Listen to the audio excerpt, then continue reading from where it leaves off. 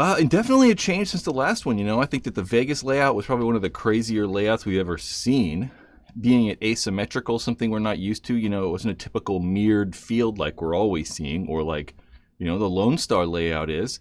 So I know that a lot of people are probably excited that it's kind of more old school, traditional, X-ball style field, where there's, back corners, there's a traditional ladder snake, then there's all those Doritos.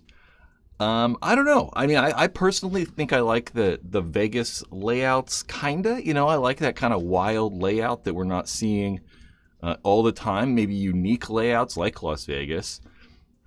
So I kind of liked that. I did not like the asymmetricalness, though. I really like the mirroredness, how we're normally seeing layouts. But we'll see how this thing plays. It looks like the snake will be very, very easy to make off the break, and there actually is a back center bunker, so there's going to be that little Aztec in back center. And how many snake bunkers are there? So there's a whole bunch. There's one snake, 1, 2, 3, and then there's like the 50 snake. So your side of the snake is pretty much going to have 4 knuckles, but there is technically no actual 50 snake.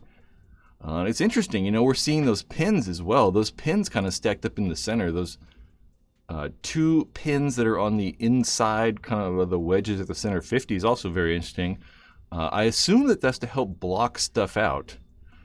Yeah, it's normally, the snake side is just so much more critical. It's interesting to see with these big bunkers in the center and then building like these huge structures, just how much more important the center of the field is, which I like. I think it mixes it up. It makes it the game certainly much more difficult when you have to, account for, some people in the center. You got to account for the Dorito side. You got to account for the snake side.